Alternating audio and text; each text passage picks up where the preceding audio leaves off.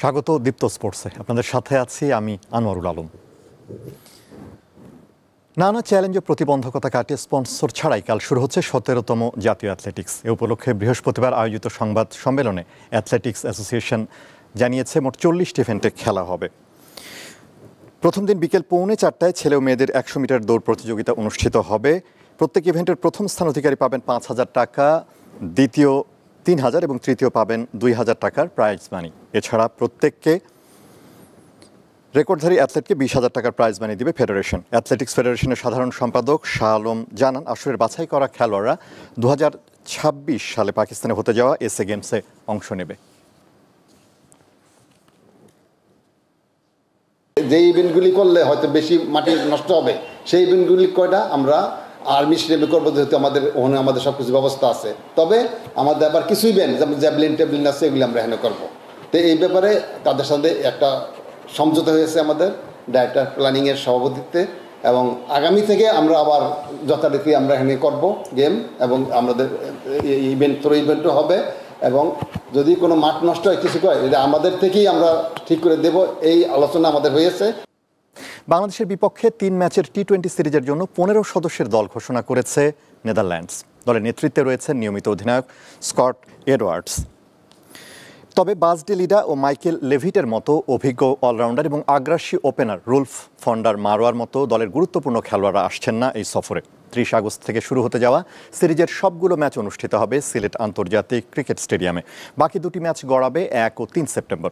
ডাচরা দল ঘোষণা করলে বাংলাদেশ এখনও চূড়ান্ত স্কোয়াড প্রকাশ করেনি। টি-20তে 2 দলের মুখোমুখি 5 লড়াইয়ে বাংলাদেশের জয় 4টিতে, নেদারল্যান্ডসের একমাত্র জয়টি নিজেদের মাঠে 2012 সালে। নতুন রূপে সাজতে যাচ্ছে বাংলাদেশ ফুটবল দল। জাতীয় দলের মূল অনুশীলন ক্যাম্পে দেখা গেছে বয়সভিত্তিক দলের 7 ফুটবলারকে, যাদের কাউকেই চেনেন না অধিনায়ক জামাল ভুঁইয়া। ঘরোয়া ফুটবলের ক্লাব বসুন্ধরা কিংসের কাছে বাফুফের জিম্মি দশা দেখে প্রধান কোচও বিস্মিত।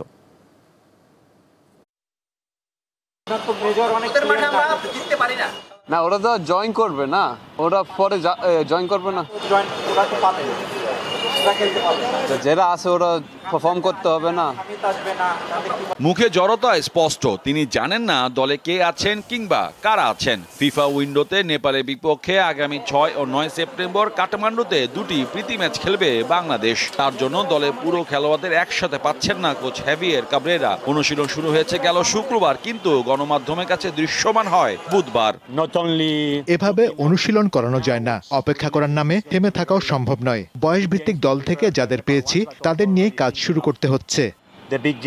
12 জন নিয়ে অনুশীলন শুরু, যার মধ্যে অনূর্ধ্ব 23 ও 19 মিলিয়ে রয়েছে 7 জন, বাকি 5 জনই লোকাল। বসুন্ধরা কিংস ছাড়েনি 10 জন ফুটবলার। ফিফা সেপ্টেম্বর উইন্ডোতে নেপালের বিপক্ষে ম্যাচে পাওয়া যাবে না হামজা, ফাহমিদুল, শামিদ সোমদের। ঢাকা জাতীয় স্টেডিয়ামে অনুশীলনে বেকায়দায় রয়েছে টিম বাংলাদেশ। প্রায় 1 সপ্তাহ হতে চলল মূল খেলোয়াড়দের পাচ্ছি না। বসুন্ধরা কিংসের সাথে কথা বলেছে বাফুফে, ফেডারেশনের দিকে তাকিয়ে আছি আমি। তবে নতুনদেরও চ্যালেঞ্জ নিতে হবে, দেখা যাক কি হয় শেষ পর্যন্ত। 12 সেপ্টেম্বর শুরু হচ্ছে ঘরোয়া ফুটবলের মৌসুম। তার প্রস্তুতি নিতেই বসুন্ধরা কিংস খেলোয়াড় ছাড়তে চাইছে না ইনজুরিকে প্রাধান্য দিয়ে। যেখানে দেশের সম্মানটাই গুরুত্বপূর্ণ হয়ে দাঁড়ায়, সেখানে ক্লাবের জিম্মি দশা থেকে বেরিয়ে আসতে বাফুফে কতটা পেশাদার হতে পারে, এখন সেটি দেখার বিষয়। মোহাম্মদ হাসিব, দীপ্ত স্পোর্টস, ঢাকা। এ ছিল আজকে দীপ্ত স্পোর্টসে। দেশ বিদেশের খেলাধুলার নানা রকম খবর পেতে দীপ্ত স্পোর্টসের সাথেই থাকুন, আর চোখ রাখুন দীপ্ত টিভির ডিজিটাল প্ল্যাটফর্মগুলোতে।